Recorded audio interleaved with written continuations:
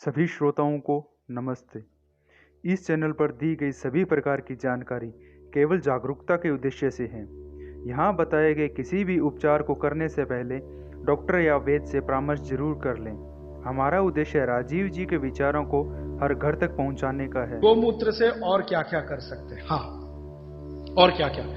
बागवती जी कहते हैं आंख के कोई भी रोग, आंख के सभी रोग कफ के रोग हैं जो आंख में हैं। जैसे मोतियाबिंद हुआ, ये कफ का रोग है। कैटरेक्ट जिसको आप अंग्रेजी में कहते हैं। ग्लूकोमा, ग्लूकोमा एक रोग है ना, काला पानी काला। रेटिनल डिटैचमेंट एक रोग है जिसका तो दुनिया में कुछ भी इलाज ही नहीं है, रेटिनल डिटैचमेंट का। ऑपरेशन भी नहीं है उसका, हो भी तो सक्सेस नहीं है। आप अमेरिका चले जाओ और किसी डॉक्टर को कहो रेटिनल डिटैचमेंट का, तो कहेगा ऑपरेशन कर सकता हूं, गारंटी नहीं है विजन आएगा कि नहीं। तो रेटिनल डिटैचमेंट, ग्लूकोमा, कैटरेक्ट। और आंखों में छोटी मोटी बीमारियां बहुत हैं। आंखें लाल होना, आंखों से पानी निकलना, आंखों में जलन होना। तो छोटी छोटी से लेकर सबसे खराब बीमारी रेटिनल डिटैचमेंट, ये सब गोमूत्र से ठीक होती है, क्योर होती है। शब्द पे ध्यान देना, कंट्रोल नहीं, क्योर होती है, जड़ से खत्म होती है। आप बोलेंगे जी क्या करें? बस इतना ही करना है कि देशी गाय का मूत्र कपड़े से छानकर एक एक बूंद आंख में डालें। आप में से किसी को चश्मा उतारना है अगर अपना, तो जरूर डालें। 3 महीने में आप लगातार डाल के देख लीजिए, नंबर बदल जाएगा और 1.5 महीने में चश्मा उतर जाएगा। ग्लूकोमा बिना ऑपरेशन ठीक होता है 4-4.25 महीने में। कैटरेक्ट अगर आपको डिसॉल्व करना है 6-6.25 महीने में ठीक हो जाता है। रेटिनल डिटैचमेंट को 1 साल लगता है, लेकिन लगातार गोमूत्र डालते रहिए, एक एक बूंद, बस इतना पर्याप्त है। आंखों में, बच्चों के कान बह रहे हैं, कान आप जानते हैं छोटे छोटे बच्चों के कान में मवाद निकलता है, बस 2 या 3 दिन एक एक बूंद कान में गोमूत्र की डाल दीजिए, पूरा कान साफ हो जाएगा, मवाद निकलना बंद। बच्चों की नाक बहुत बहती है, बार बार सर्दी होती है, बार बार जुकाम होता है। बागवती जी कहते हैं कि नाक बह रही हो, सर्दी बहुत हो, जुकाम बहुत हो, तो गोमूत्र तो नहीं कहा उन्होंने, गोघृत कहा। गोघृत माने गाय का घी, एक एक बूंद नाक में डाल दो बच्चों के। सर्दी जुकाम ऐसे गायब होगा जैसे गधे के सिर से सींग। गाय का घी। अच्छा, आपको नींद नहीं आती, अच्छी नींद लेनी है, बढ़िया नींद लेनी है, डीप स्लीप लेनी है, रात को एक एक बूंद गाय का घी नाक में डाल के सो जाओ, बहुत गहरी नींद आएगी। आपको खर्राटे बंद करने हैं। बहुत लोगों को खर्राटे आते हैं रात को सोते समय। सोने वाला तो नहीं जानता, पड़ोसी जानता है कि क्या तकलीफ होती है। तो जिनको भी खर्राटे बहुत आते हैं उनके लिए बहुत अच्छी दवा मैं बता के जा रहा हूं। गाय का घी एक एक बूंद नाक में डाल लो, 3 दिन बाद चौथे दिन से खर्राटे बिल्कुल बंद हो जाए, स्मूथ एकदम आपकी नींद हो जाए। तो गाय के घी का भी उपयोग है औषधि के रूप में, गोमूत्र का। अब आता हूं, बाल झड़ते हैं बहुत सारी बहनें शिकायत करती हैं बाल झड़ रहे, तो गाय के दूध का दही बनाओ। दही को तांबे के बर्तन में रख दो, 5-6 दिन रखा रहने दो, फिर हरा हरा हो जाएगा। फिर उस दही को बालों में लगाओ, 1 घंटे के बाद बाल धो दो शिकाकाई से, शैम्पू से नहीं, शिकाकाई से। हफ्ते में 4 बार कर सकते हैं। और बाल टूटना एक ही हफ्ते में बंद हो जाते हैं, एक ही हफ्ते। कई बहनों ने तो मुझे बताया, राजीव भाई हमने तो एक ही बार किया था, उतने में भी बंद हो गए। अच्छा, भविष्य में बाल ना टूटे, अच्छे रहें, दुरुस्त रहें, तंदुरुस्त रहें, तो महीने में 1 बार या नहीं तो महीने में 2 बार गाय के मूत्र से बाल धो लो। बहुत अच्छा कंडीशनर है, नेचुरल ऑर्गेनिक कंडीशनर है गाय का मूत्र। तो जैसे आप कंडीशनर यूज करते हैं ना, उसकी जगह गोमूत्र यूज कैसे करें?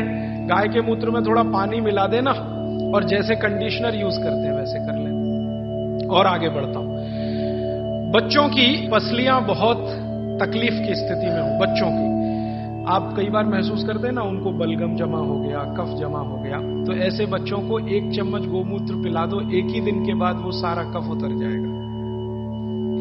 आपको पीना है तो आप भी पी लो, आधा कप तक पी सकते हैं। फिर उसके बाद मूत्रपिंड के जितने भी रोग हैं, मूत्रपिंड के रोग आप सब समझते हैं, किडनी के फेलियर के और किडनी के तकलीफ के, ये सब में बहुत अच्छी दवा है गोमूत्र, उपयोग करो।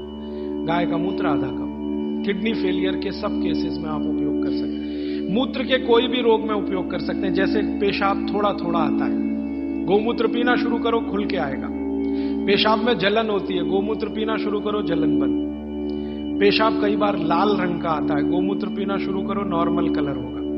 मूत्र के लगभग 22-23 रोग इस अकेले गोमूत्र से ठीक होते हैं। फिर आपको कब्जियत बहुत है, कब्जियत, पेट साफ नहीं हो रहा है, 3 दिन गोमूत्र पी लो, आधा आधा कप, चौथे दिन से एकदम पेट साफ हो, एकदम पेट साफ।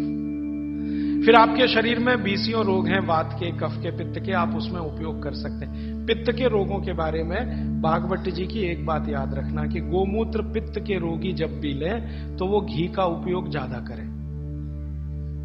पित्त के रोगी आप समझते हैं गैस बन रही है, एसिडिटी, ये लोग अगर गोमूत्र पिए पित्त ठीक करने के लिए तो घी ज्यादा खाएं, बस इतना ही निवेदन है उनका।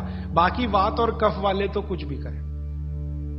तो बाल में उपयोगी, शरीर में गोमूत्र की मालिश करो आप, तो आपकी त्वचा पर जितने भी सफेद सफेद धब्बे हैं ना, सब चले जाएं। आंखों के नीचे डार्क सर्किल है, रोज सुबह ऐसे ऐसे गोमूत्र लगा लिया करो, डार्क सर्किल चले जाएंगे आप। खाज हो गई, खुजली हो गई, एक्जिमा हो गया, थोड़ा मालिश कर लो, सब खत्म हो जाएगा। तो ये गाय का मूत्र अद्भुत है। अब इस गोमूत्र को ज्यादा आज के समय में लोगों ने उपयोग करने के लिए एक टेक्निक डेवलप की है कि प्योर गोमूत्र मिले तो वैसे सबसे अच्छा होता है, लेकिन क्या करते हैं आजकल के गोमूत्र को उबालते हैं तो उसकी वाष्प बनती है, वाष्प को ठंडा करके अर्क बनता है। अर्क तो आप समझते हैं, तो गोमूत्र अर्क भी इस्तेमाल हो रहा है। लेकिन मेरा कहना है कि प्योर मिले तो सबसे अच्छा, नहीं मिले तो अर्क ले सकते हैं, नहीं मिले तो, लेकिन अर्क ज्यादा नहीं लेना। अर्क सूक्ष्म मात्रा में ही लेने के लिए भागवत ने नियम दिया है। वो ये कहते हैं कि अर्क अगर लेना है तो 1 चम्मच पर्याप्त है, मूत्र पीना है तो आधा कप पर्याप्त है, अर्क लेना है तो 1 चम्मच पर्याप्त है। तो अर्क भी ले सकते हैं। अब बहुत लोग अर्क बना रहे हैं गोमूत्र का, आपको जो अच्छा लगे ले सकते हैं। ये निरंजन भाई भी बना रहे हैं, इनसे भी ले सकते हैं। ये यहीं पर इनकी गौशाला चला, आप भी गौशाला बनाएं तो उसमें भी अर्क बन सकता है। और अर्क बाजार में 500 रुपए लीटर बिकता है, बड़े बड़े वैद्य खरीदने को तैयार है। आप खाली गोमूत्र से अर्क ही बनाना शुरू कर दो, एक गाय 2.5 से 3 लीटर मूत्र देती है, और 100 गाय अगर आपके पास है तो साल की इनकम 1 करोड़ की आराम से हो जाएगी, अर्क बेच के ही हो जाएगी। अर्क के बाद जो बचता है ना, जिसको हम कचरा समझते हैं, उससे साबुन बनता है, साबुन, और इतना अद्भुत है वो साबुन कि शरीर के त्वचा रोग खत्म कर देता है। अर्क निकालने के बाद जो बचता है उससे शैम्पू भी बनता है, साबुन भी बनता है, वॉशिंग पाउडर भी बनता है। आपका फर्श साफ करने के लिए वो जो आप फिनाइल वगैरह इस्तेमाल करते हैं ना, ये गोमूत्र अर्क का भी बनता है, फिनाइल। गाय के गोबर से टाइल्स बनना शुरू हो गए इस देश में, टाइल्स समझते हैं, जो छत में लगाते हैं, और वो लगा दो तो टेम्परेचर 5 डिग्री कम कर देता है, टेम्परेचर 5 डिग्री कम कर देता है। तो ऐसी अद्भुत गाय भगवान ने हमको दी, प्रकृति ने दी, इसका संरक्षण संवर्धन हम करें, मूत्र का उपयोग करें, गोबर का उपयोग करें, घी का उपयोग करें, दूध का उपयोग करें, और हर चीज उपयोग करेगी तो मांग बढ़ेगी, मांग बढ़ेगी तो गाय आएगी।